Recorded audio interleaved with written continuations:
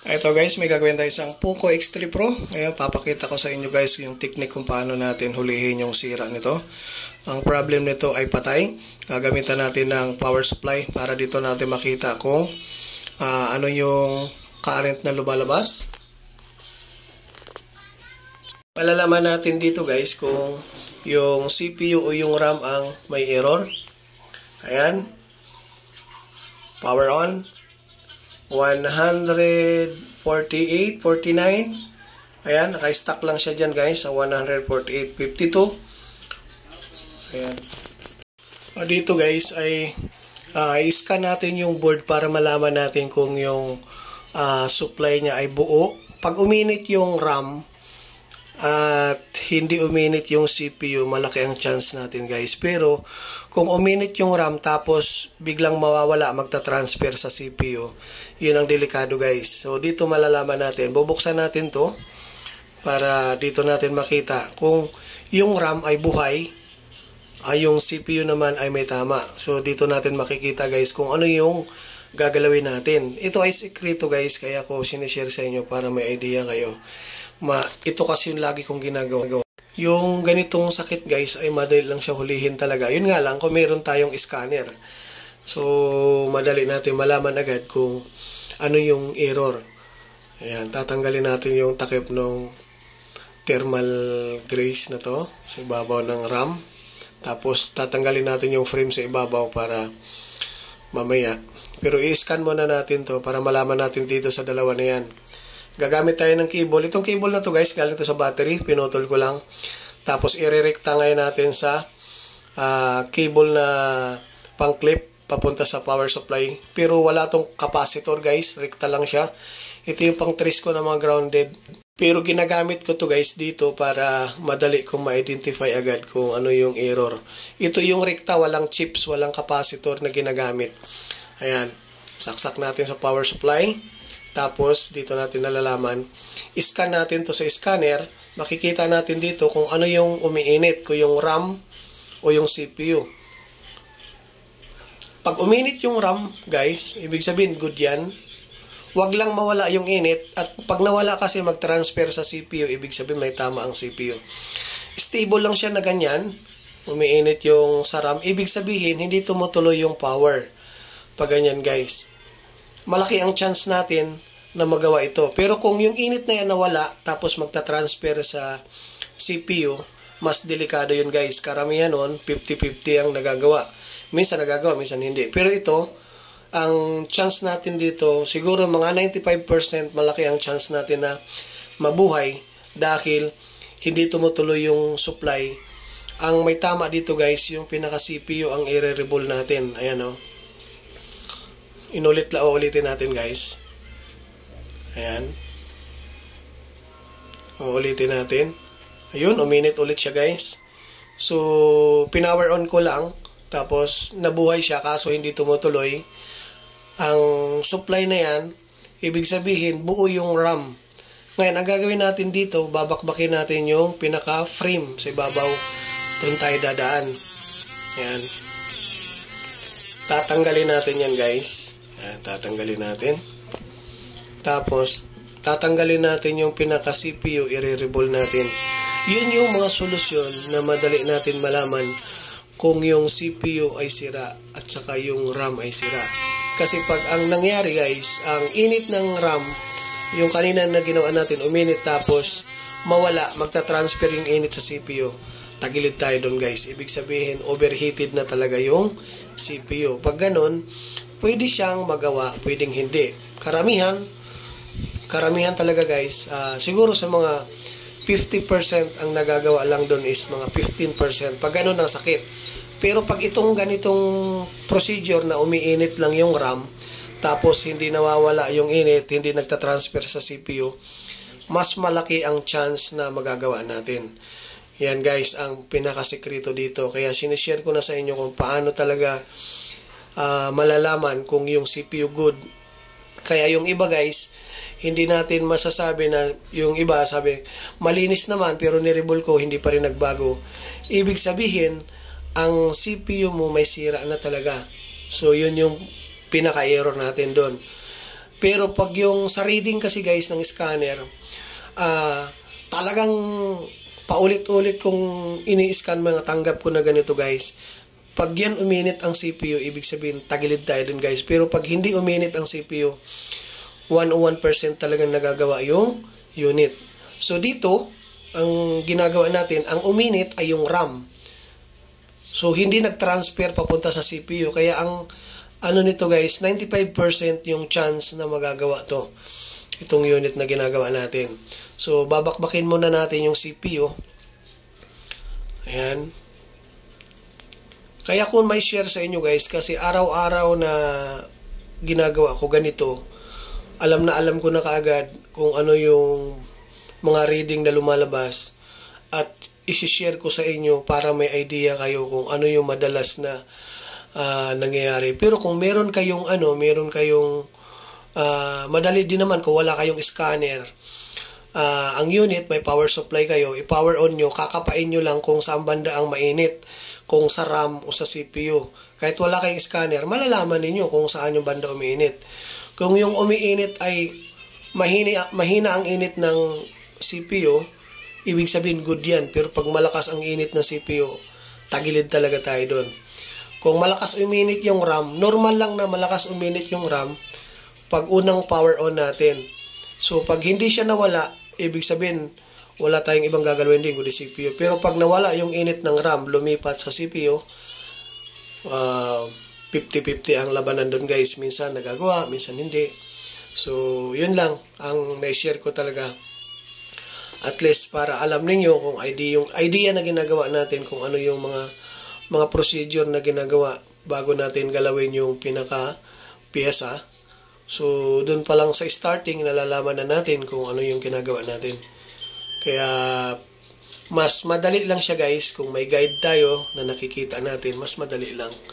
I hope makatulong talaga ito guys, yung mga ginagawa ko sa mga kapwa ko technician, na sana makapulot kayo ng mga ibang pamamaraan na gawa. So, I hope na makatulong sa mga kaibigan ko na technician. Mag-shoutout pala ako guys. Shoutout ako sa mga kapwa ko technician na laging nanonood ng ganitong solusyon, ganitong video. Shoutout ako sa kay Boss Joris Vlog from Valencia City, Bukidnon. Shoutout sa inyo sir. Shoutout din ako sa isang barkada ko na si Glide Tabalo from Bataan. Shoutout sa iyo pre. Paring Glide, shoutout sa iyo pre. I hope na marami kayong mga customer. So, pasensya na kung hindi ako kagad-agad reply sa mga text, gawa na marami tayong ginagawa talaga.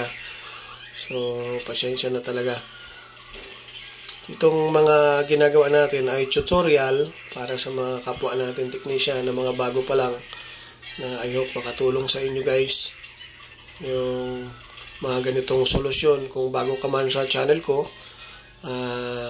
huwag kalimutan mag-subscribe para lagi kayong updated sa mga bagong upload natin. So, I hope na makakatulong lagi yung mga ganitong solusyon. Yan. Tatanggalin na natin yung CPU. Gumamit pa rin tayo ng 350 degrees. 23 ang hangin. So, ingatan niyo guys na matupi yung CPU dahil pinaka-importante talaga yan. Kasi once na bumaluktot, wala, tagilid na rin tayo doon. Pag inangat natin ng CPU, kailangan hindi bumaluktot yung CPU. Kasi pag bumaluktot yun guys, medyo tagilid na rin tayo pag ganon. So, kaya iniiwasan natin na walang mabago. Kung ano yung pagkalapat, yun din ang susundan natin. Tsaka walang masirang mga copper. Ayan. Kasi sa mga ganitong trabaho guys, kailangan talaga matyaga lang kayo. Tsatsagain nyo lang, hindi nagmamadali. Kasi pag nagmamadali, may error talaga yan. So ako, hindi tayo nagmamadali. Kahit mag-ubos tayo ng oras sa isang unit, okay lang. Importante lang talaga, maganda yung pagka-bunot. Maayos ang pagka-bunot. So ayan. Dahan-dahan lang natin tinatanggal yung mga glue na luma. Tapos saka natin ibabalik yung CPU, i-revolve kung kailangan malinis na yung motherboard. Ayan. Sa pagtanggal naman ng mga glue, kailangan matyaga kayo kasi talagang matigas yan. Yung iba matigas, yung iba malambot, di pare-pareho. Ayan. Tanggalin natin yung old na lid para malinis na malinis. Ayan. Ayan. Tinatanggal natin yung mga luma para malinis na malinis, guys. Ayan. Sa ganitong pamamaraan, medyo mahirap lang talaga siya gawin. Matagal, mainit. Kailangan konting tiyaga lang. Ayan. Shoutout pala dito sa may-ari nito, kay Boss John Joshua. Ayan sir, ginagawa na natin yung unit mo. I hope na mapagana natin. So, susubukan lang natin guys kung mapapagana natin to. Ayan. Medyo mabusisi lang talaga siya, kailangan linisin ng gusto. Ayan. Matrabaho, mainit. Kaya hindi pwede yung nagmamadali, kailangan tinatyaga talaga siya guys. Ayan. Malinis na. Ayan, malinis na yan guys. Konting hilot-hilot na lang. Normal na ito. Ayan.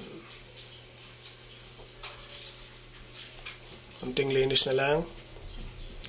So, medyo matagal lang talaga dito guys yung paglinis. Yun ang pinakamahirap.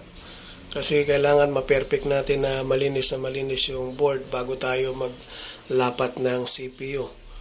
Yun ang pinaka-importante. Hindi na tayo paulit-ulit ng trabaho. Kasi pag once na marumi, paulit-ulit, mahirapan tayo doon. Mahirapan pati pumasok yung piyesa gawa ng may mga nakabara.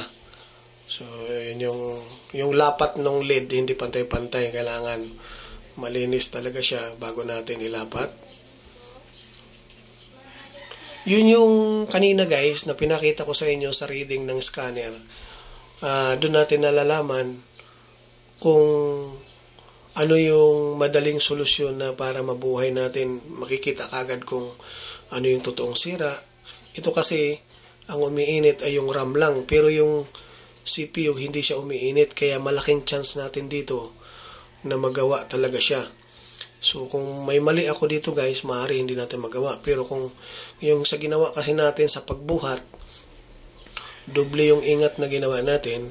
So ang mangyari dito, maaring mabubuhay talaga siya. So sa ganung pamamaraan, yung pagbuhat ng CPU, ang pinaka-importante dapat maingat. Kasi hindi natin pwede matupi yung CPU. Kasi pag natupi natin yan guys, kahit bumaluktot lang ng kaunti, tagilid na tayo doon. Medyo masilan talaga siya.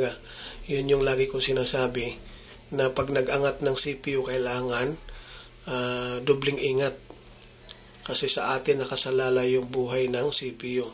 Huwag tayo magkamali. Pag nagkamali kasi minsan, yun, medyo tagilid tayo doon. Yan. Dapat yung pag-angat ng CPU ay hindi mabago, hindi siya mabaluktot, hindi mabend. Pag na-bend kasi, tagilid na tayo dyan.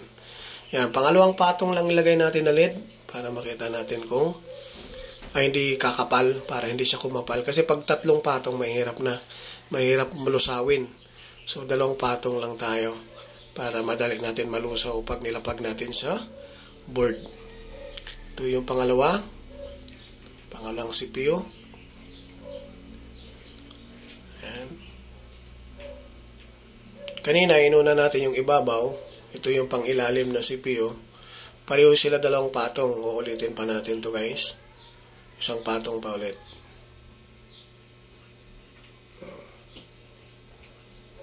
Ito yung pang guys, pang solid, para maging solid yung lid na malinis. Nilalagyan natin ng flux para yung bilog niya buong buo, walang dumi na sumasali. Yan. Counting flux lang lalagay natin dito. Bago natin ilapag. Lapag na natin yung CPU. Yan.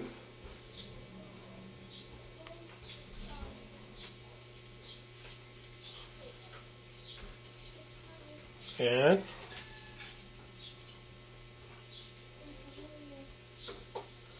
Pag nilapag natin yung CPU guys, hindi na natin ginagalaw kasi nakasentro na siya. Kusang gagalaw yan, dun sa nilagay nating flux.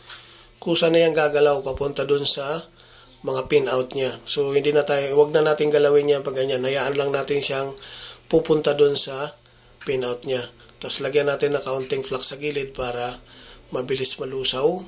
Pag ganun kasi medyo basa siya ng kaunti, madali siya malusaw compare doon sa buo, walang flux, mahirap lusawin. Yan. Ayan, gumalaw na siya guys. So, ayan o. Lagyan natin kaunti sa ibabaw. Papatong na natin yung pangalawang CPU. Ayan.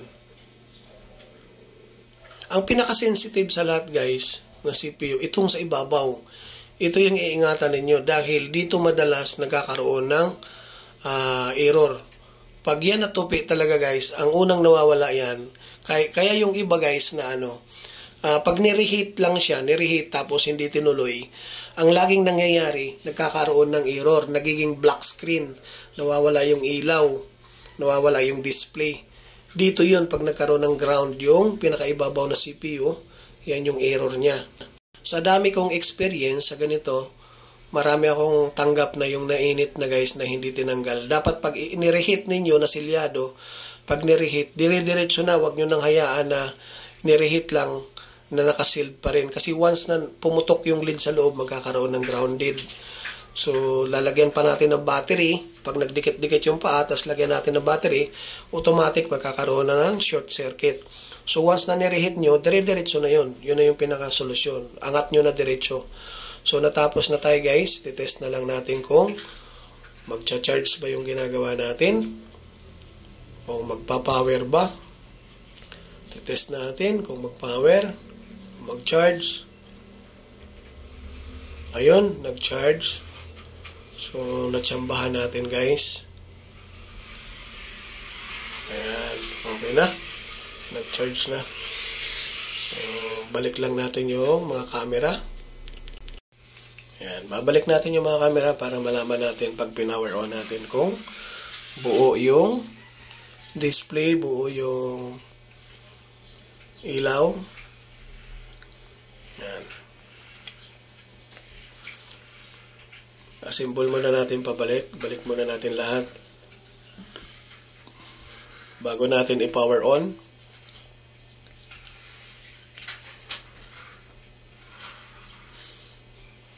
Ayan. So, wala tayong pinalitan dito guys, kundi ay nirebol lang natin yung CPU. Yun lang. Yun lang ginawa natin. Wala tayong pinalitang pyesa.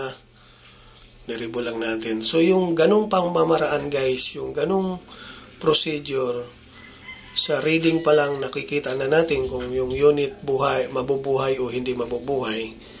Yan yung mga pamamaraan. Pero kasi yung iba guys, marami ako nakikita na mga tanggap ko na once lumipat yung init papunta CPU, talagang kaunti lang nagagawa nun guys. Ayan, okay na siya. Ito mag-charge. Ayan, see you in the next video ulit guys. I hope na makatulong sa inyo. Thank you.